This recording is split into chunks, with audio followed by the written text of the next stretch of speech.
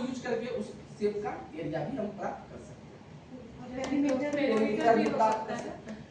जैसे different shapes अगर add करके जैसे क्वेश्चंस दिए रहते हैं ना कि एक इस तरह से रास्ते से दक्षिण पूर्व उत्तर पूर्व इस तरह से करके दिया रहता है, तो वो किधर पहुंचेगा लास्टली, इस तरह के भी क्वेश्चन हम इस पर सेट करके बच्चों को बता सकते हैं कि डायरेक्शनल क्वेश्चन हो गया और फिर वो लास्टली किधर पहुंचेगा, या फिर चारों तरफ का पेरीमीटर आप निकाल के दे दीजिए, रास्ते का पेरीमीटर बताइए, रास्ते का एरिया बताइए, इस तरह से भी क्वेश्चंस किए जा सकते हैं।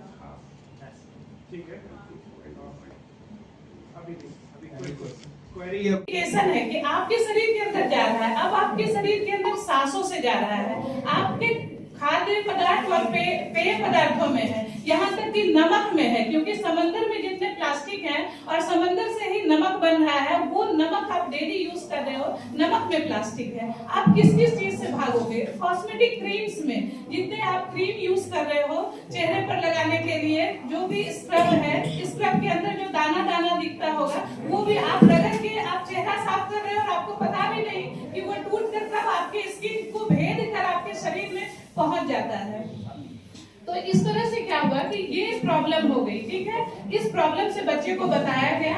अब आर्ट को आप कैसे, बच्चों को जब बोला जाता था चेतना सत्र के दौरान आप बोलिए कुछ भी, बच्चे आप जानते होंगे कि सरकारी स्कूल के बच्चे अगर उनको कुछ बोलने कह दिया जाए तो वो बहुत शर्माते हैं, लेकिन कंप्यूटर लैब में सर्च करने के लिए यहाँ पर ही मल्टी डिसिप्लिनरी अप्रोच सार्थक होती है कि आप एक साथ देख रहे हो, दो दो सब्जेक्ट आपने पढ़ा दिया।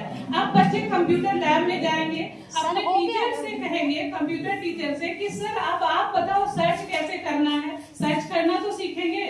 अब मैम ने कहा है कि इसकी पीपीटी स्लाइड्स बनाकर लाइए या फिर इन्फोग्राफिक्स लेकर आइए, कैसे मिलेगा? वो कंप्यूटर टीचर से सवाल करेंगे, कंप्यूटर टीचर उसको टाइप करना बताएंगे, पीपीटी बनाना, पीडीएफ बनाना बताएंगे। तो इस तरह से एक साथ वो दो सब्जेक्ट लर्न कर रहे हैं। अब बच्चे इन्वॉल्व होना सीख रहे हैं। बच्चों को जब खतरा पता चल गया, आपने बच्चों को कहा कि अब इसका समाधान भी आपको ढूंढ कर लाना है। बच्चे कहेंगे ठीक है, प्लास्टिक बैग की जगह पर हम जूट का बैग यूज करेंगे, या फिर इससे हमने ऑब्जर्व किया कि आर्ट इंटीग्रेटेड सेशंस में बच्चे इनिशिएटिव लेते हैं, बच्चे जो है इंटरेस्ट भी लेते हैं और विद्यालय भी आते हैं। तो एनईपी 2020 की ये जो ठीक है आर्ट इंटीग्रेटेड पीछे कीजिए ये एक्शन प्लान के जरिए हमने साबित किया कि वो उनकी सोच सही दिशा में है। और ऐसे भी हमें आर्ट बहुत सारे तरीके देता है पढ़ाने के। और जब हम जानते हैं इंडिविजुअल आइडेंटिटी की बात करते हैं कि क्लास का हर बच्चा अलग है, जब हर बच्चा अलग तो हर बच्चे को पढ़ाने का तरीका एक क्यों?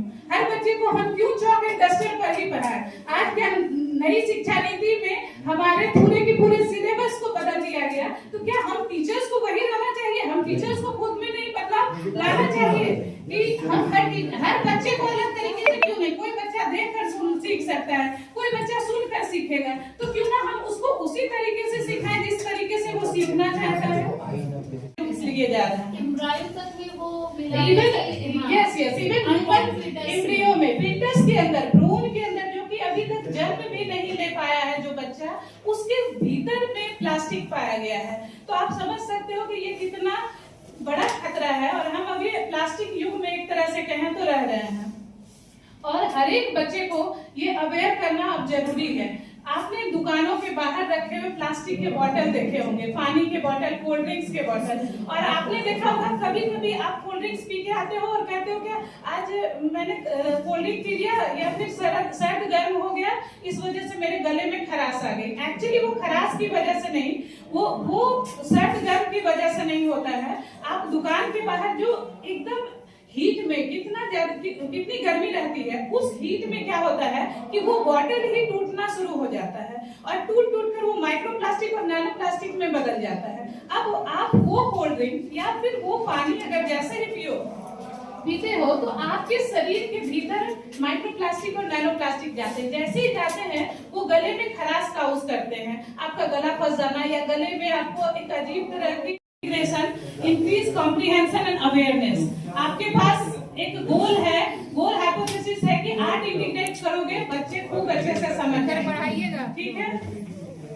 उसके बाद टूल्स एंड टेक्निक्स। सबसे पहला टेक्निक क्या था? ऑब्जर्वेशन शेड्यूल, मैंने देखा कि अगर मैं आर्ट को इंटीग्रेट करती हूँ तो बच्चों की अवेयरनेस बढ़ती है कि नहीं, बच्चों में जानने की इच्छा बढ़ती है कि नहीं। तो सबसे पहले मैंने क्या किया कि बच्चों को बताया कि भाई 100 mm से छोटे जो भी प्लास्टिक हैं, जो दिखाई भी नहीं देंगे, बाल का 100वां व्यास वही है नैनो प्लास्टिक, और माइक्रो प्लास्टिक और नैनो प्लास्टिक हमारे चारों तरफ हैं। आप सोचो कि अगर सड़क पर गाड़ियां चल रही है, उसके पहिए घिस रहे हैं, वो भी प्लास्टिक का ही एक टाइप है, और वो हमारे सांसों से हमारे शरीर के भीतर जाता है।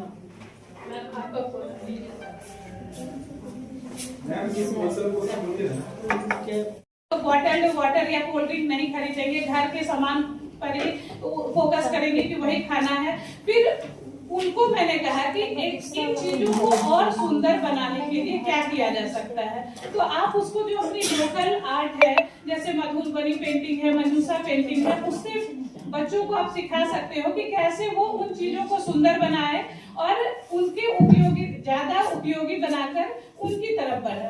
तो इस तरह से आर्ट भी इंटीग्रेट हुआ। बच्चे उस दौरान क्या हुआ, जब बच्चों को मैंने कहा कि आप इस पर कोई मंजूषा आर्ट या मधुबनी आर्ट कर दो, तो सारी लड़कियां तो इंगेज हुई, लड़के भी इंटरेस्टेड थे, और वो इतने शांत होकर और इतनी शांति से उन्होंने पेंटिंग वेंटिंग बनाई, पोस्टर बनाए, बच्चे इन्वॉल्व भी हुए, वो हमारे शरीर के अंदर।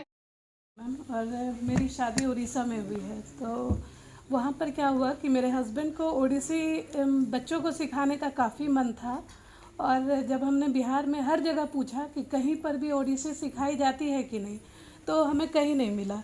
तो मैं चाहती हूँ कि ईज़िली एक्सेसिबल हो, कि दूसरे राज्यों के लोग भी अगर इच्छुक हैं, या उड़ीसा के लोग इंडिया के अलग अलग जगहों पे हैं, इंडिया के बाहर भी हैं, तो मैं चाहती हूँ कि मतलब कुछ ऐसी व्यवस्था हो जिससे कि जो बच्चे हैं जो ओडिसी सीखना चाहते हैं, उनके लिए इजीली एक्सेसिबल हो जाए।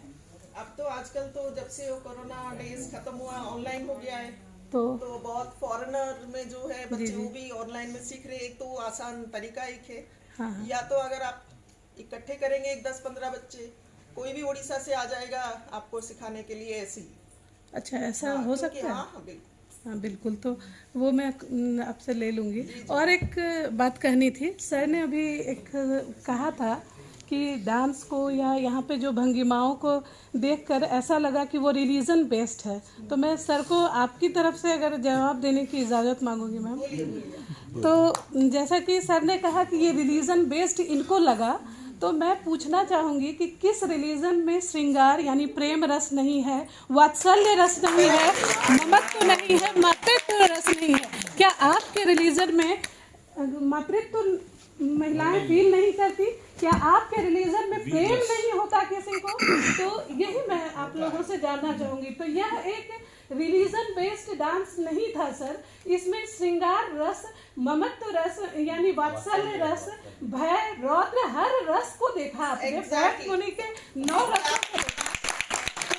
मैं आप सबको कहना चाहूँगी कि हम सब एक हैं, हम भारतीय संस्कृति को समझ नहीं पा रहे हैं, हम इसके धरोहरों को जान नहीं पा रहे हैं। हमारे में अगर राष्ट्रीयता की कमी होगी तभी आपको लगेगा कि यह एक रिलीजन बेस्ड है, otherwise we all are Indians and these are our culture. Thank you sir.